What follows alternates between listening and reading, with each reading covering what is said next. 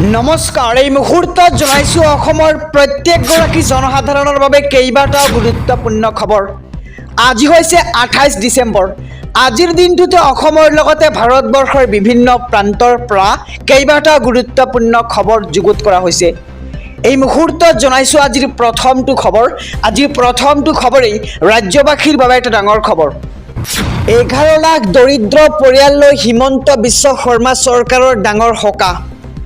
10,73,889টা পৰিয়ালে লাভ কৰিব নতুনকৈ ৰেচন কাৰ্ড আৰু 16 জানুৱাৰীৰ পৰা 22 জানুৱাৰীৰ ভিতৰত লাভ কৰিব ৰেচন কাৰ্ডসমূহ। অন্ন সেৱা দিনৰো সময়সীমা বৃদ্ধি কৰা হৈছে আৰু 17ৰ পৰা 28 জানুৱাৰীলৈকে চৰকাৰে ঘোষণা কৰিছে অন্ন সেৱাৰ দিন।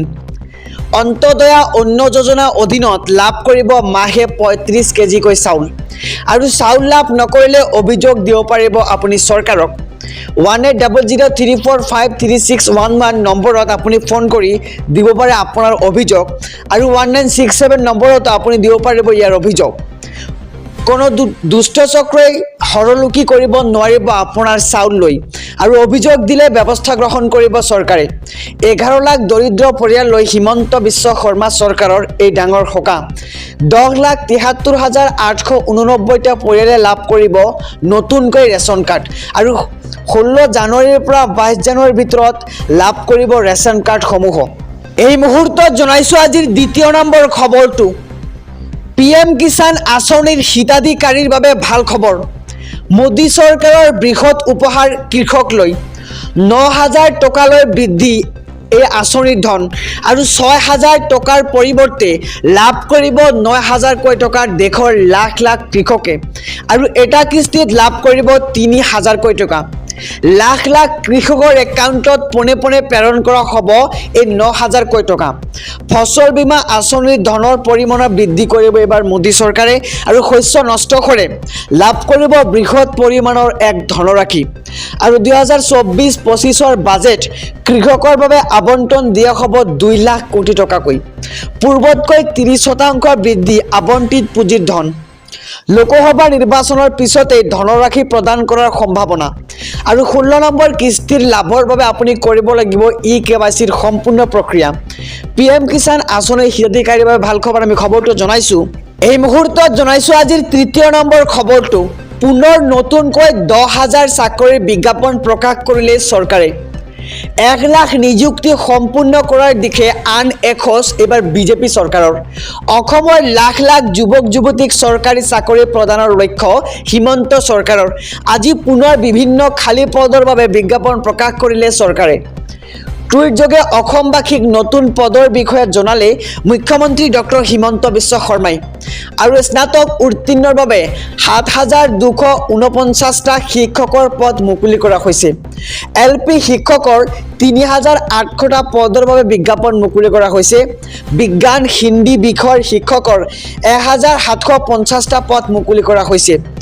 পোষ্ট গ্ৰেজুৱেট শিক্ষকৰ বাবে 1,424টা পদ মুকলি আৰু পুনৰ নতুনকৈ 10,000 চাকৰিৰ বিজ্ঞাপন প্ৰকাশ কৰিলে এইবাৰ হিমন্ত বিশ্ব চৰকাৰে। 1 লাখ নিযুক্তি সম্পূৰ্ণ কৰাৰ দিশে আন এখোজ এইবাৰ বিজেপি চৰকাৰৰ।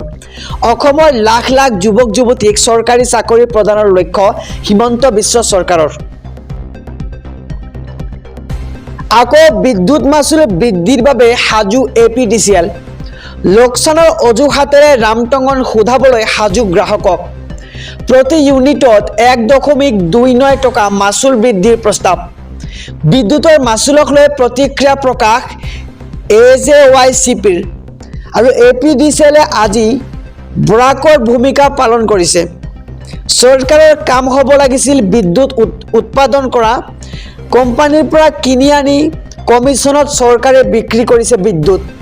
এনে ক্ষেত্ৰত ৰাজ্যৰ ওপৰত মাধমাৰ পৰিবই আৰু নিজাববীয়াকৈ বিদ্যুৎ উৎপাদন কৰিব নোৱাৰাৰ বাবে চৰকাৰেই দাবী আৰু মাচুল বৃদ্ধিক লৈ সৰব তৃণমূলৰ সভাপতি ৰিপুণ বৰা।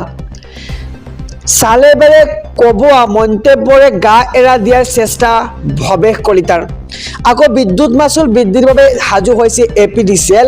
আকৌ বিদ্যুৎ মাচুল বৃদ্ধি কৰিব এইবাৰ APDCLে আৰু লোকচানৰ অজুহাতেৰে ৰামটঙন সোধাবলৈ সাজু গ্ৰাহকক। প্ৰতি ইউনিটত এবাৰ 1.29 টকা মাচুল বৃদ্ধি কৰাৰ প্ৰস্তাৱ